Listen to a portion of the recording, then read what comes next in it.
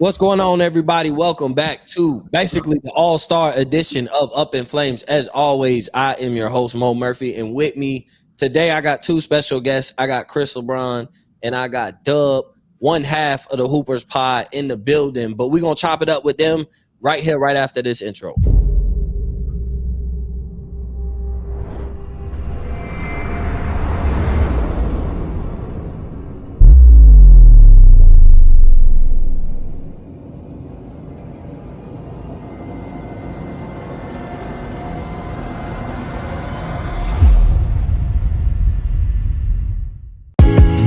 Tell you my problems, meditating my silence. But I keep pushing my pen, rotating my stylus. Brokenness feeling like sin, now no breath, low dollar. Used to be left on red, now all the girls go holler. Now all the girls go follow. All the fake fans gon' pile up. I need peace to borrow, get that shit right back tomorrow. Somehow all the fans go bravo. Smile so much to hide my sorrow. Faith is shaky in vibrato. I can't hold a frown too long. I can't stay down too long. And we are back once again. Welcome back to the all-star edition of Up in Flames. And again, with me in the building, I got Chris LeBron, host of the Off the Ball podcast, also the president of the Off the Ball network, and one half of the Get a Bucket podcast. Chris, what's going on, bro? Hey, man, I'm happy to be here. Happy to talk ball. You know, my team right now is, we injured. We got a lot of injuries on there. So, but, we overall doing well. So happy to be on the pod again and ready to talk some ball. Yeah, 100%. And then, a guy, it's been a little minute, man. I mean, we talking chat all the time, but like really having conversation, being able to, it's different when we typing out thoughts and actually could sit down and have a conversation. One half of the Hoopers Pod, Dub, what's going on, bro? Man, I'm chilling, glad to be here. You know how it is, man. We finna get it on Talk Shop. It's been a minute, presidential suite. Who better?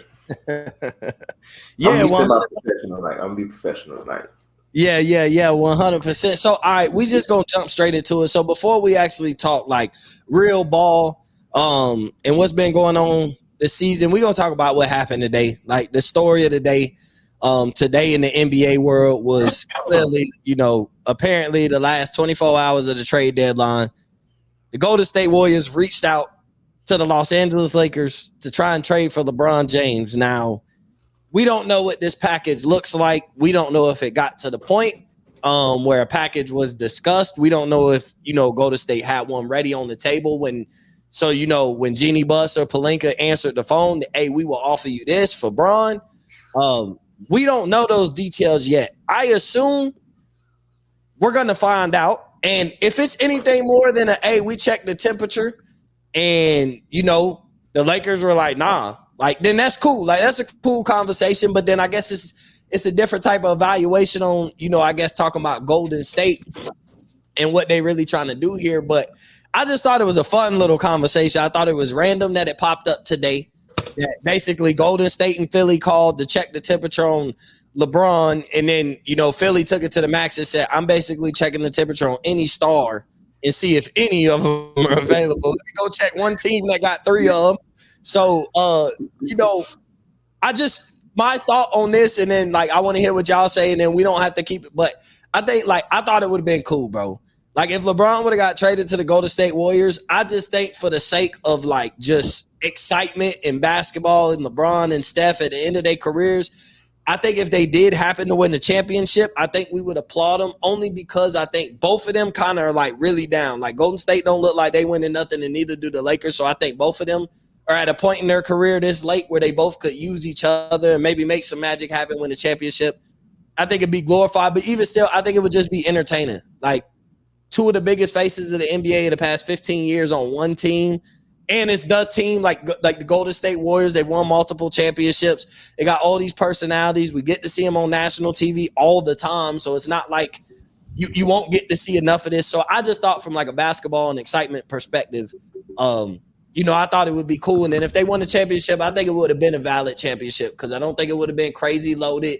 And I think they're at a point in their career where they both would like it come off. They needed each other, man. Neither one of them was going to get it done in their situation. They joined forces, and you still would have to go through a team with possibly 3 all-stars with like, a Devin Booker, Kevin Durant, and Bradley Beal. And then, you got to go through the Nuggets. So it's not like they would just be so much better than everybody that's established and trying to win this year anyway. So I think that's why it would be valid. But you know what I'm saying? Ken, what's going on? He jumped in the building. Hello there. I haven't podcasted in a while, so thank you so much for having me and really diversifying your panel that you have here tonight. Ken, what does that mean? Yeah, man, here you go, man. We're not getting into that. Happy Black History Month, everybody. Yeah. Oh, Ken got the McDonald's Wi-Fi going on. Bron to the Warriors. I do? Is it that bad? Yeah, it's that bad. Yeah, it's that bad. But Bron to the Warriors. No, like if the last 24 hours, that type of phone call, what you thought when you saw that?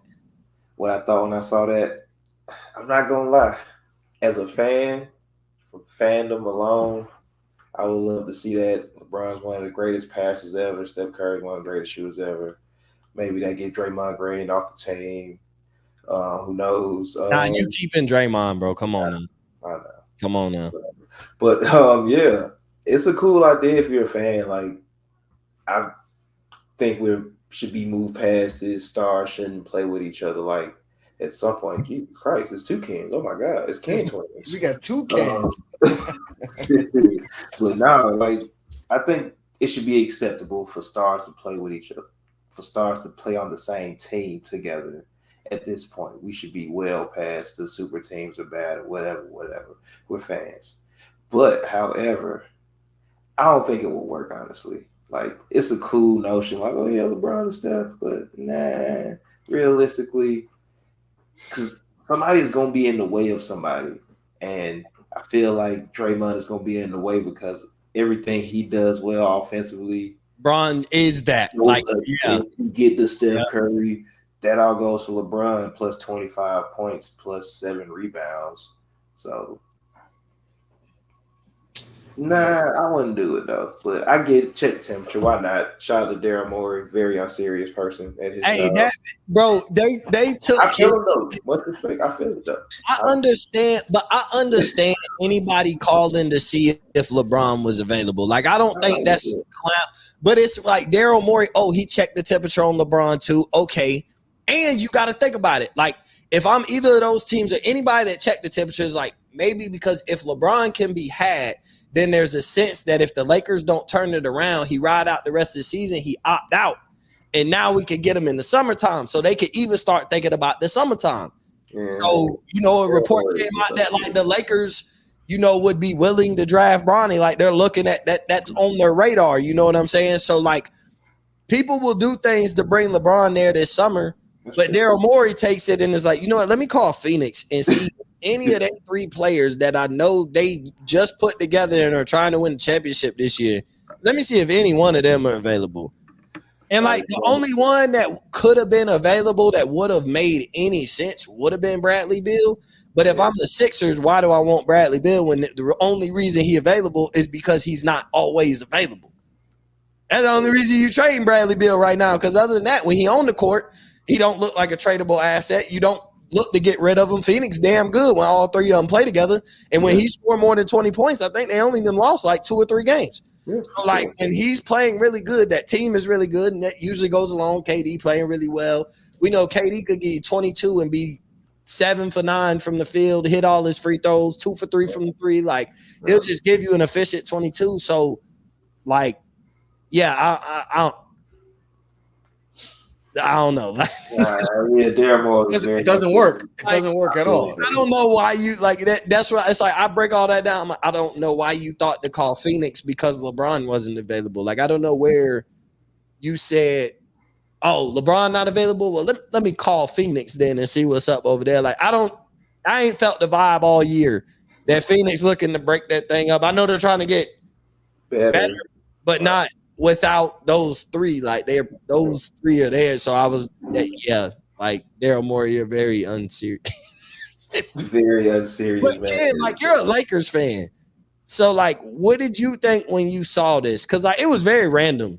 Like this wasn't a rumors thing. It was like boom, yo, ESPN app just go off talking about, Golden State tried to trade for LeBron. Like what? I think it's mostly random because we're not actually worried about the Lakers missing the play-in at the very least. Like they're 2.5 games up on Utah, who has the 11th spot, which I'm not really worried about the Utah Jazz passing them at that point. We know that the last number of years, the Lakers haven't prioritized the regular season, to say the very least. And then, I mean, I don't really care what LeBron gives me games 1 through 82. I care what he's going to have left in the tank, because they got to the West Finals last year and he ran out of gas. Like, quite frankly, he played a very good Denver team, and him and AD just didn't have enough to get over the hump. So, I mean, I saw the report.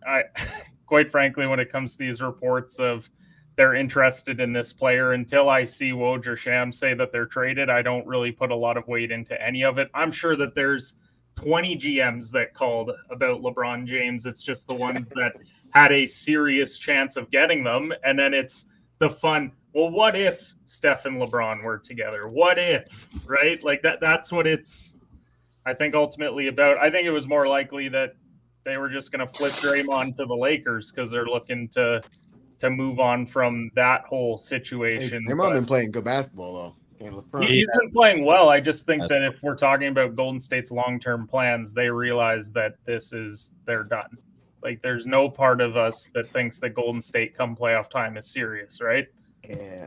Can we stop making them trying to improve the Warriors too? Like, when they decide, Steph has to do it the hard way. Like, all right, then come on, you do it the hard way, bro. When they decided that Chris Paul gets no passes, he gets all the excuses in the world. Oh man, I don't think. Come on now, enough. Why does he have to do him?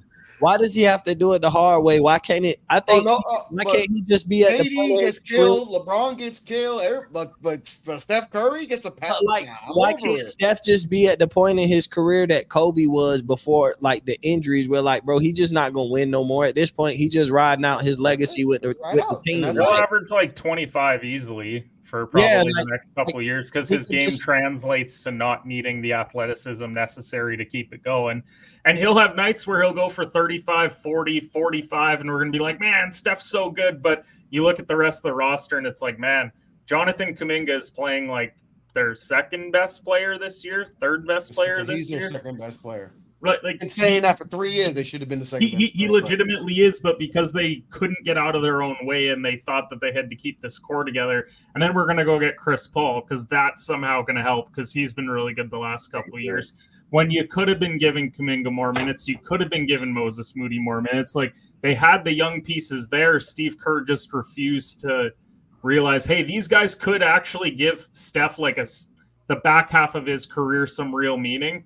And now I think it's just gone too far. And we know that Wiggins fell off. He had some off the court stuff. Like, he had that really good year when they won the finals, but now he's back to what we thought Andrew Wiggins was, which is like 16 to 18 points. He's fine. He's not great. Like, he's just an average wing guy in the league. Yeah, that's true. Yeah, I wouldn't have minded. Like, if you told me, if there had been breaking news at trade deadline that LeBron had went to the Warriors, I just being a basketball fan, like, just, man, we get to see LeBron and Steph together for at least 30-something games, like, in a playoff series. I think it'd be cool. Chris, just let the Lakers get 3 first-round picks out of it, so we can get back to like 9 that we traded away. Like, you telling me, Chris, hold on, I know we're gonna be bad for a while. Bro, we're gonna be very bad. Lie, bro. A LeBron, Steph, and Draymond. Like, just as a fan, like KD, Devin Booker, and Bradley Beal in the first round. Don't kind of like, bro, that don't do something to you. Like, as the take the Knicks off the ball podcast, Chris LeBron. I don't want to see that shit. So you gotta stop. A Steph, LeBron, and Draymond and Clay versus old heads. No, for 7 games. Stop. It's time to LeBron to look at the flowers. Stop, bro. Flowers. Stop, though. You can't. No, I got a real question. I don't want to see that. First of all, it would not be as good as everyone thinks. You're asleep. Then you're trading Draymond Green. Draymond Green is I know he's. Where he's did Draymond get traded in this whole thing? Like, why is Draymond? Oh, you traded Kaminga, and then you're even more dumber. But you're trying to get LeBron and win a unserious. championship. Like, yes, Dunleavy should get fired. Then you thought that think the Lakers. Think the Lakers was finna give up. Like, even if the Lakers were gonna trade LeBron, you thought they was finna give him up for Draymond Green. Like, that's what you thought the Lakers was finna do. We could wish. No, the Lakers was finna get young. Like, they was finna be like, all right, give us one of your young pieces easily, at least, or two of them. Like, Anthony Davis, they're not serious either. Yeah, they finna go, but they would have went to get young. Like, why are we gonna go get Draymond? That don't do nothing. Like a flop. That's stupid. Can you imagine how tragic it would be watching Draymond and Anthony Davis try and share the court together with no LeBron there to facilitate? The spacing would be so tragically bad. Draymond's still on the team, and you got LeBron. So why are we talking about Draymond to the Lakers? Where is Draymond in the Lakers? No, I'm talking about if he stays. That was rumored this year. Draymond to the Lakers. It's Draymond, LeBron, Steph, and whoever the Carpenters we have. Clay. We're keeping Clay in this too. God, y'all really want to see that basketball.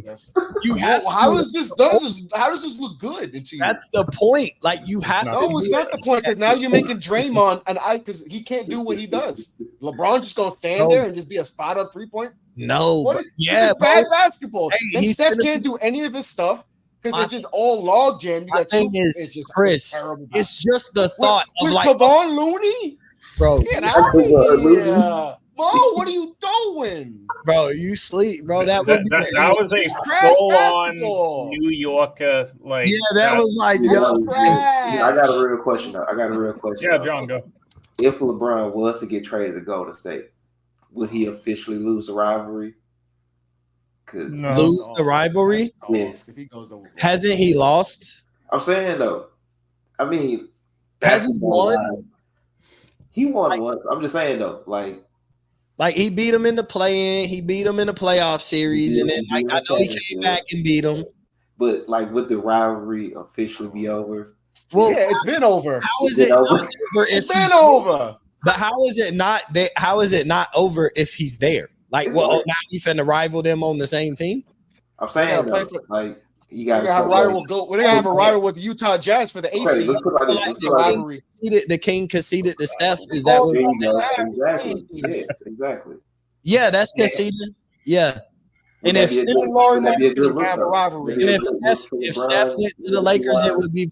If Steph went to the Lakers, it'd be vice versa. Like, whoever went to whose team is conceded. I think it would be different. I think Steph wouldn't get as much flack as LeBron if Steph went to join LeBron, because most people don't even put them in the same category.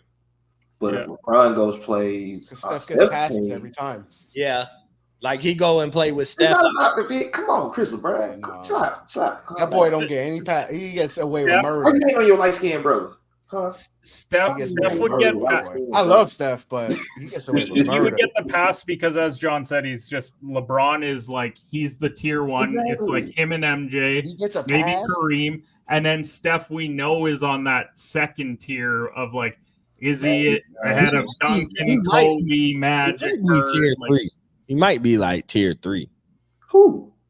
Steph. Steph might be a tier 3 all player. time. Nah. All time. Hold on now. Hold on now. If we making a pyramid, God, how many people we putting in tier 2? What you got? 10? Well, I'm saying he is in the tier of he could be anywhere from 4 to 12. No, he's not. Yes, he is. He can't be 4. He's probably towards the tail end of that. He can't be 4. Many players that he can't be 5. 4 to 12 differ between people. He can't be 5. Why? He can't even be 5. Why not? Greatest shooter ever. It don't matter. That's cool. 2 MVP. I'm just putting it out there. I'm not saying that I have him 5. I'm saying that you could make the case that the greatest shooter of all time. Okay, so check me though. All right, so I don't. Man, damn. Before we no, hold on. No, you're saying why can't he be at 4? I'm gonna tell you why. I'm gonna tell you why. Go ahead. Steph is 4th of all time. Start telling me who's behind him. If he's 4, who's behind him? Magic Johnson, Kobe, Shaq, Duncan. Green obviously in the top 3. Wait. You're saying that he's ahead of Kobe Bryant? He's saying he ahead of Shaq, Kobe, Magic. I'm a Laker fan, and I think that there is a case to be made that Steph is ahead of Kobe. Hold on, Ken. There's I'm not saying that I have it. I'm There's saying not that a world. there's There's no world where there's no world that doesn't exist. How is it that? No. What are we doing? No, real quick. Why not? No. Kobe's There's sitting no on world. one MVP. Let me explain myself. Kobe Let me Bryant. explain myself. Because when you're doing these lists, we're not, my bad, Ken, I ain't trying to be rude, but when we're doing this list, we're not just talking about their skill on the court. We're talking about their resumes, right? Yeah, and Kobe's resume is one MVP. Like I'm not trying to hate on Kobe. I'm a huge Kobe fan, and I'm not saying that he's ahead of him. I'm saying that there is a case. Two finals MVPs since we doing that. Finals MVP. Okay, cool. Yeah. You know what I'm saying? And the only reason he didn't win 5 is because he had Shaq, who had going against Todd McCullough and these bum ass centers in the Eastern Conference. I mean, no, we can't do that. We're not disrespecting Kobe like that. Steph lost out because of KD. No way we can do this. I'm not saying that it is. I'm saying that there is a case to be made. You guys are treating it as I'm saying that Steph's ahead of Kobe. I'm saying that there is a case where you could make it. So Kobe 81 for what reason? So listen, so Kobe has. They say Kobe only has one MVP. I hate that argument. It's the worst argument in the world. Listen to me. It's a silly argument. One MVP shit. Listen, Kobe. They say Kobe only has one MVP on his resume. What a segue into our next segment that we want to talk about. The MVP race right now in the NBA, I think, is a very interesting conversation. Not talking just skill. We're talking. You guys know? Do you guys know why the MVP is a very interesting conversation now? Why is that? Because the runaway guy may not qualify to win MVP. But he's not going to. Oh, he's not going to. Yeah, he's not going to. So there's two types of conversations to be had. One conversation is you hate the 65 game rule. I don't agree with anybody who hates the 65 game rule. My opinion. But I only think it should be. All right, so I'm gonna break it down. I think you should have to play 65 games to win MVP. I talked about this with Chris. Absolutely. I think I talked about this with Kim before. I think to win MVP, to win Defensive Player of the Year, to win any individual award, I think 65 games should be a requirement. To win, to be on All NBA, I think 55. I think you should lower it to 55.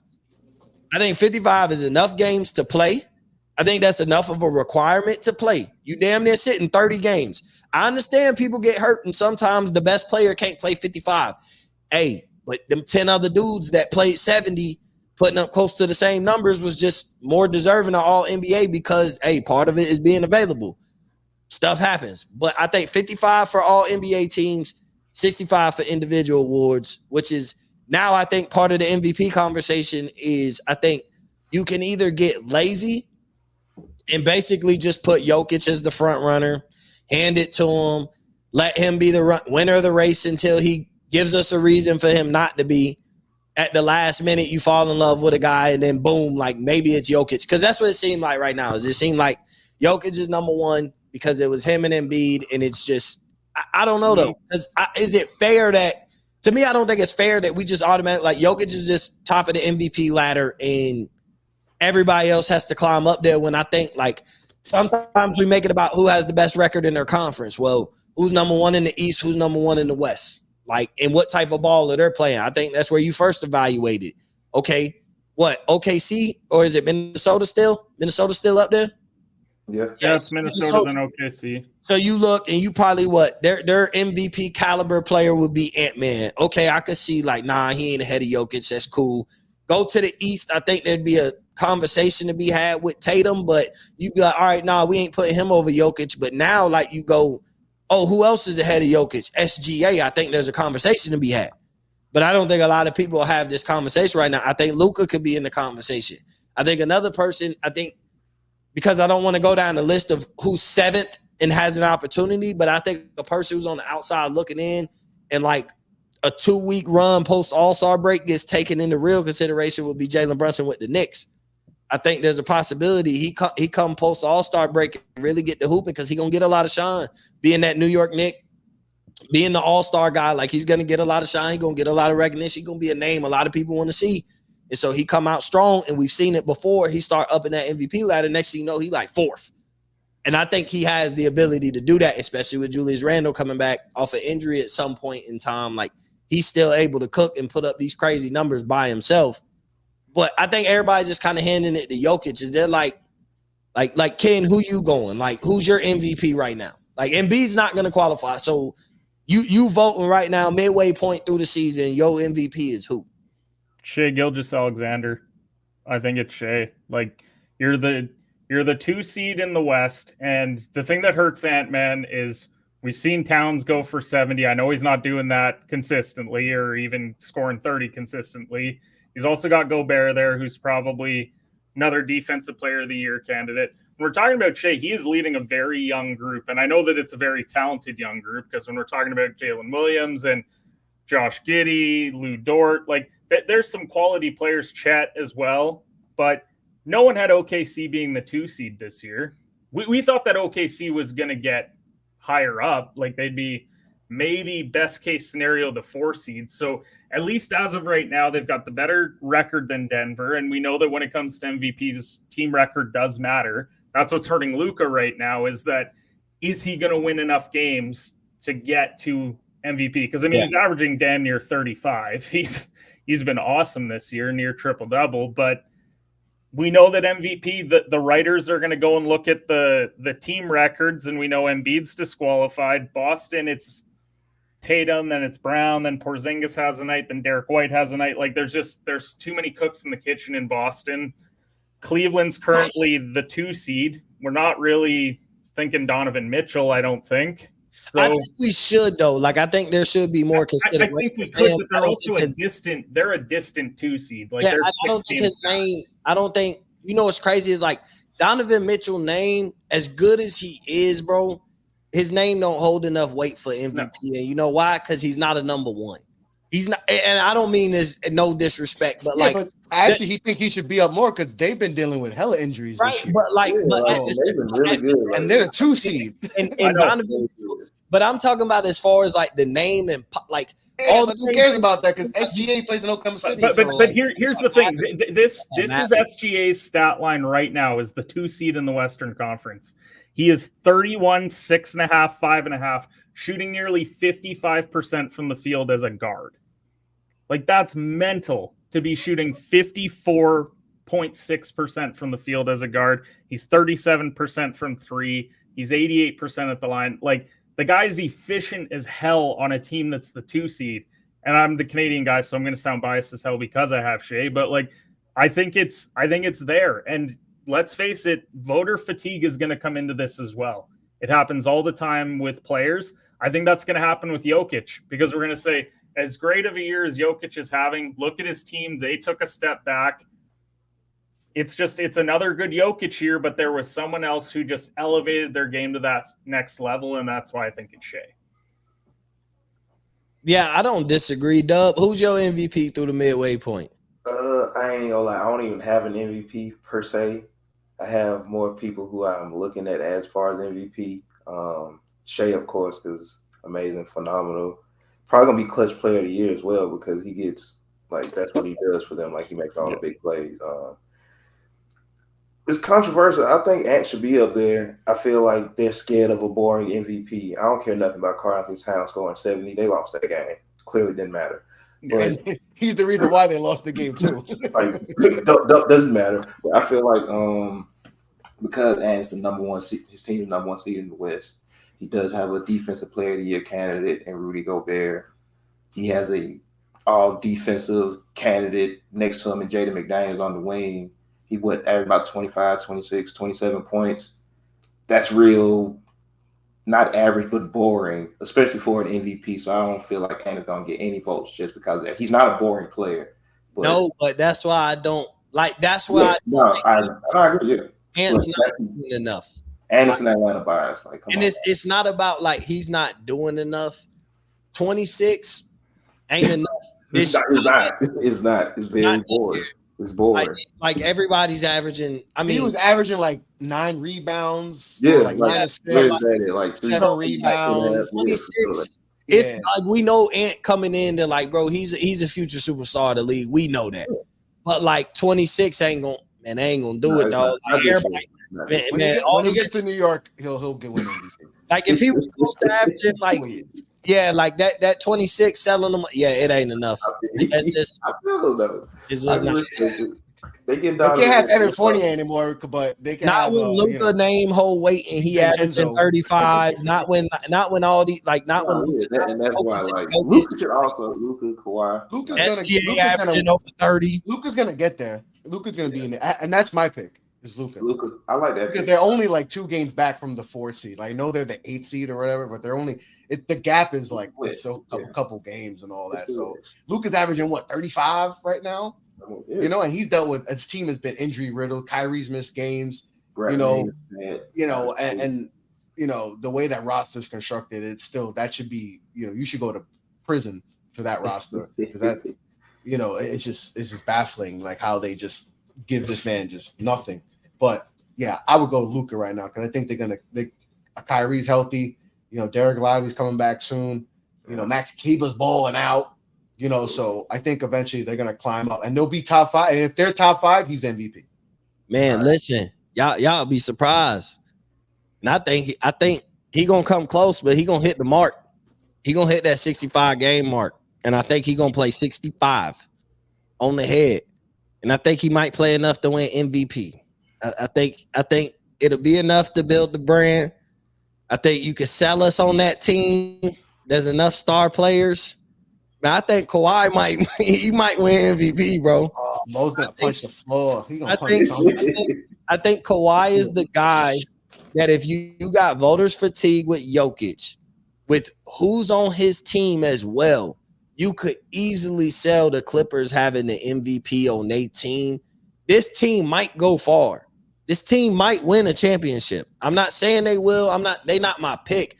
But like for all the people that have been riding with them and hoping that they stay healthy, and like this is finally the team that everybody been riding with the past 3-4 years since they got together. The feeling of what this team can do this year, they look like it. You just hope they can be healthy, but they finally look like this is what we thought the Clippers could do. They could wreak havoc. Took them to get Russell Westbrook and James Harden, but it finally looks right. Whatever they were trying to do, it looks right. And I think if Kawhi gets 65, bro, I think he's missed enough games in certain spots to understand. He's missing this whole weekend. He's missing this whole weekend. I think to understand that you need him, like, so he's missing certain games that you understand that you need him, but his numbers are popping enough. And I just think you could sell people on Kawhi. Like, I think you could make it a boring, but like respectable. Like, it's a respectable thing, and it raises it changes narratives on all. It creates more conversation for the NBA too, because now Kawhi got an MVP under his belt. He got 2 Finals MVPs under his belt. You know what I'm saying? What if the Clippers go on to win the championship now? Like, is 24-6 good enough though to be MVP though? Man, with guys dropping 34 and no. But if the Clippers continue to ball this way, they're gonna climb up in them standings, and Kawhi's name will hold enough weight to make him the MVP if the Clippers are right up there. But if you do that, then what do you tell Jason Tatum, who's averaging 28 and the number 1 seed? Fuck him. And finishes second, and like, how is he not MVP? Because that's what I'm just saying. Like, how do you give it to Kawhi, but you don't give a reason? You just said because. No, just because. How do you give it to Kawhi, but you don't give it to Tatum, who's on the number 1 seed by 6 games? Tatum numbers aren't there for Tatum name don't hold enough weight. I don't think Kawhi is gonna even be in the top 4 to be honest, but Tatum name I don't know, man. You can't give it to Kawhi and not give it to Tatum. That's my thing. Like, Tatum's averaging 27 points a game on 48% shooting 36% from 3, 82% from the free throw line, 9 rebounds, 5 assists. Kawhi's averaging 24-6, shooting 53% from the field, 45 from 3 on less attempts though. But I don't know how you give him MVP over Jason Tatum though. That would be hard. And Tatum's the number 1 seed by a wide margin. Yeah, I mean it's I'm just saying, like, I don't think there's a world where that happens. I mean, I've seen crazier things, but I don't think that happens. Tatum was my preseason pick though.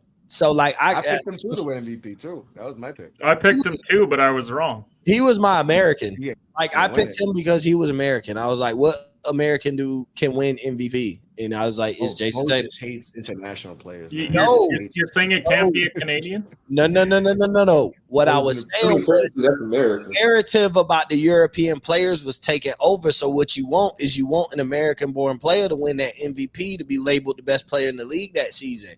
And who did we expect they need to take that jump and try and win and be a championship caliber team? That's American-born, Jason Tatum. Everybody else is Shai Gilgeous. I thought Embiid's American.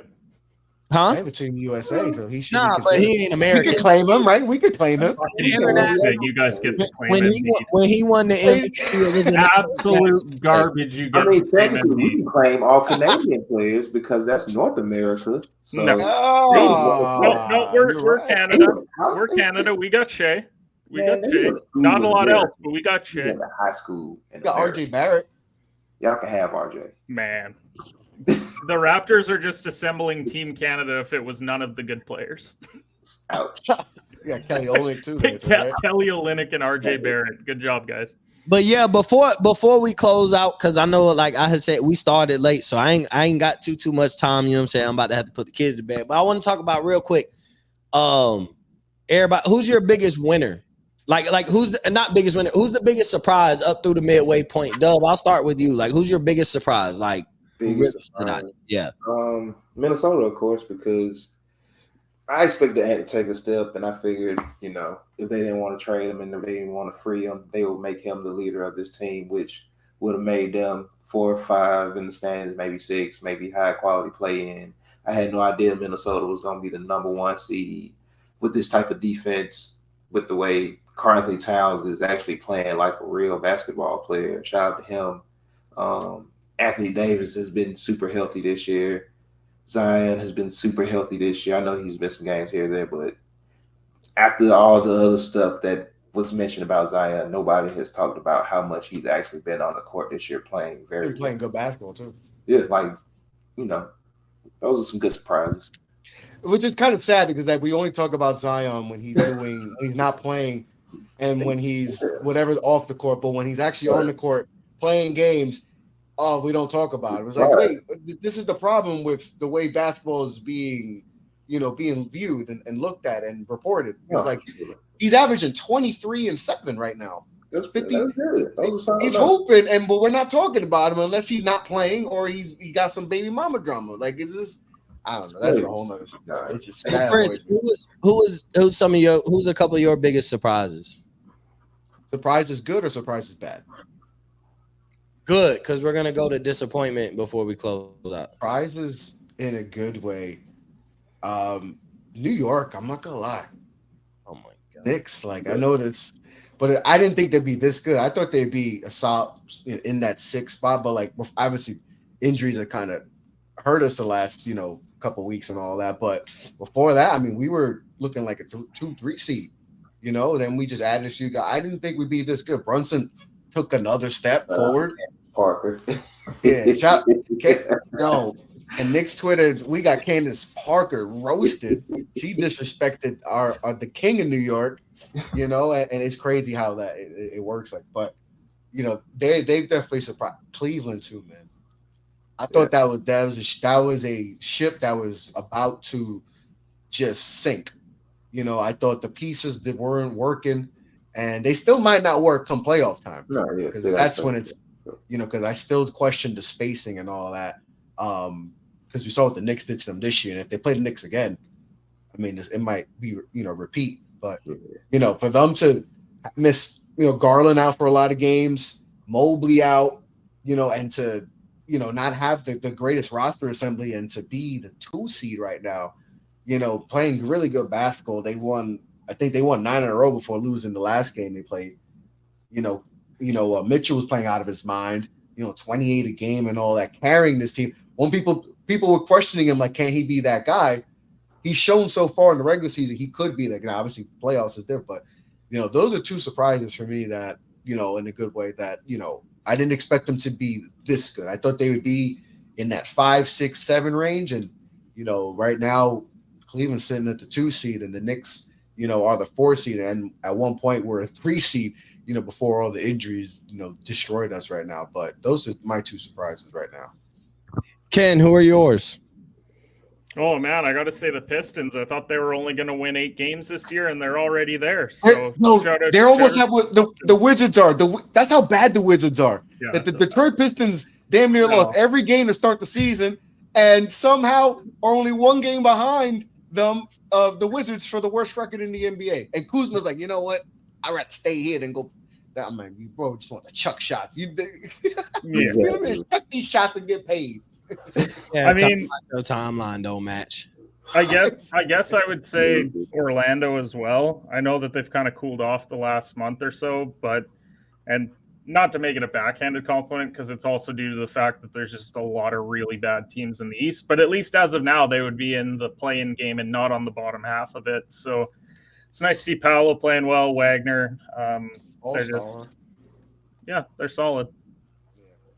They're good at home too. They don't lose at home, and they're one of those. And a typical young team, right? They play well at home and struggle on the road, but they're a team that a few pieces here away. It's nice to at least see them being an 8 seed already, because if they were hanging around being like the 11 or the 12 with Paolo, we'd be like, oh crap, like they still need a lot more.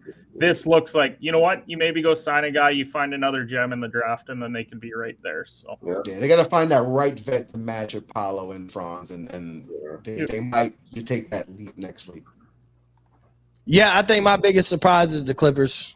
The fact that I didn't think when they made the Harden trade, I didn't know how it would look. I didn't know how long it would take to click. Like that type of adding that type of player to that type of team could take a long time.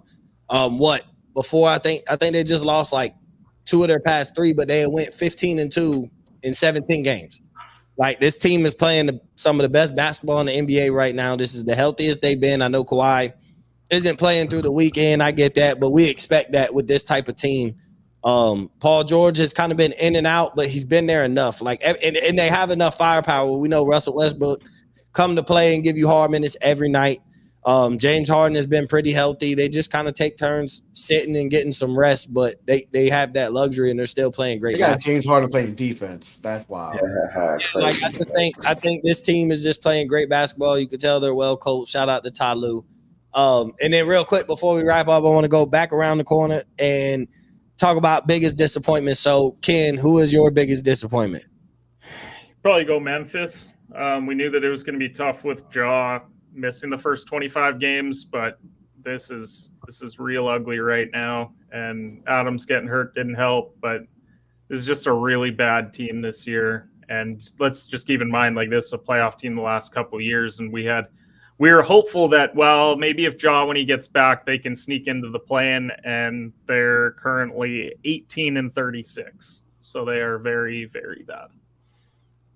Yeah, didn't think they would turn out to be this bad. Who's your biggest disappointment? Sacramento Kings. I thought they would, still be I was hoping somebody said Sacramento. I really was, because them being disappointing is fool's gold. Bro, they are like 2 games behind like 3rd place, bro. They are, I know. And the West is right there. But the West they were like a firm 3 seed last year. Exactly. That's my point. Exactly. Yeah. There you go, Ken. Somebody using their big brain tonight. John, that's why I'm here. I know you got Dumb and Dumber on the top half, but at least I'm here to help you out. Shout out to Captain Canada. Man, Chris, who's your biggest disappointment? No, I'm not gonna lie, the New York Knicks, because now I thought we could win the championship. The Brooklyn Nets, because they're the second best team in New York. I'm not one of those Knicks fans. I don't even care about Brooklyn. They're so irrelevant. It's so funny. They're just irrelevant, and it's not even disrespect. It doesn't matter. Exactly. It doesn't spark anything. It's like when the Clippers are good, when the Clippers are good, I think it means a little bit. But when Brooklyn's good, it's like, all right. That's only because the Clippers had the Blake Griffin years when like the Lakers were really bad. Because if this was any other time, they should have just stuck in New Jersey. Bro, Brooklyn about to be down by 50, bro. Huh? Who they playing? In Boston. Boston. Oh, yeah, that'll happen. They played them twice this weekend. Yeah, but my biggest disappointment,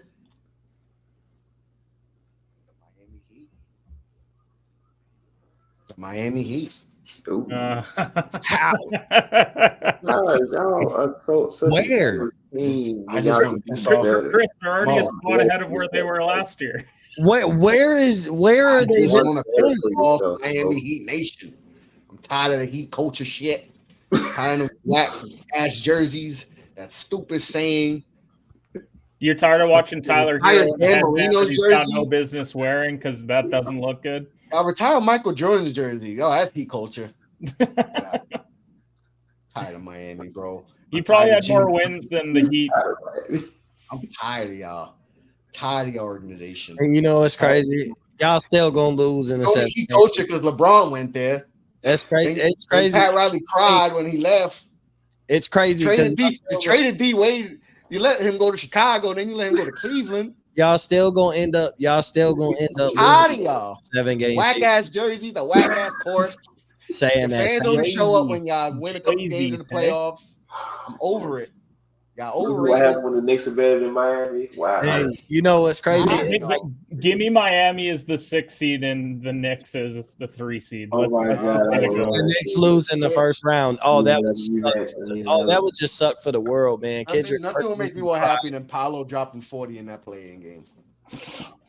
And then Trae Young, because when they lose to Chicago, like they did last, Trae Young goes for 40 on Jimmy. No, in the playoffs. Trae Young is gonna lose in the play-in in his tenure in Atlanta. So before we even get going, I want to thank everybody for tuning in. Thank everybody. Somehow Chicago's 26 and 28. I thought they were like, he didn't even address that. He just moved on to the outro. He tried to be slick with it when we were all waiting. We're not talking about the Miami. I'm not addressing the Miami Heat are disappointing. Like, because you thought they was gonna be the 2 seed or something. He's the greatest 23-year-old ever. Like you walked in and went to college for 8 years. You better be good. He better be good playing in the NBA. Bro, college for 7 years. It's crazy though. It's like it's so wild how like the Knicks be like, man, we got all these young guys. What does that do with the Knicks? It's just my take on the No. Because you tired of the Heat culture because y'all don't have one. That's just corny. You know it's corny. Kev knows it's corny. Dub knows it's corny. We got Ken knows it's corny. Y'all fan base knows it's corny, but it's just a made up saying. Are you saying corny or Tony? Are you saying Tony? My voice is lost. But the thing is, though, we have one. At the end of the day, we have one. We have won some championships. Pre-LeBron, post-LeBron, and then we've been to championships post-LeBron. I get no boss for saving your asses. That's fine. He can have all the credit in the world. Year in, year out on LeBron, Heat Nation, culture. Yeah, it don't matter. We've had more success in a 10-year run than y'all have had y'all's entire franchise. It's okay. I would hate it too. I hate success too when it ain't my team. Trust me. I've hated the Patriots. I'm just appreciating the Chiefs because I spent so much time. Because it ain't my team winning. You know, it ain't my team winning. Jaime Jaquez. He's 29 years old. Yeah, he should be good coming out of college. You know it's crazy. Real quick before 29 years old, bro. You know what Jaime Jaquez is? He's everything they thought Quentin Grimes or Deuce McBride or whoever else on that roster was going to be. That's exactly who he is. Grimes is the problem of the Detroit He's what they thought Obi Toppin was going to be. Who else they drafted? He's what they thought RJ Barrett was going to be. Yeah, bro, he's 30, bro. He got kids. He's all of that. Good, bro. He's all of what everything they thought. All them dudes, all these cartel, bro. Dad's cartel. All these young guys we got. He's better than all of them. But anyway.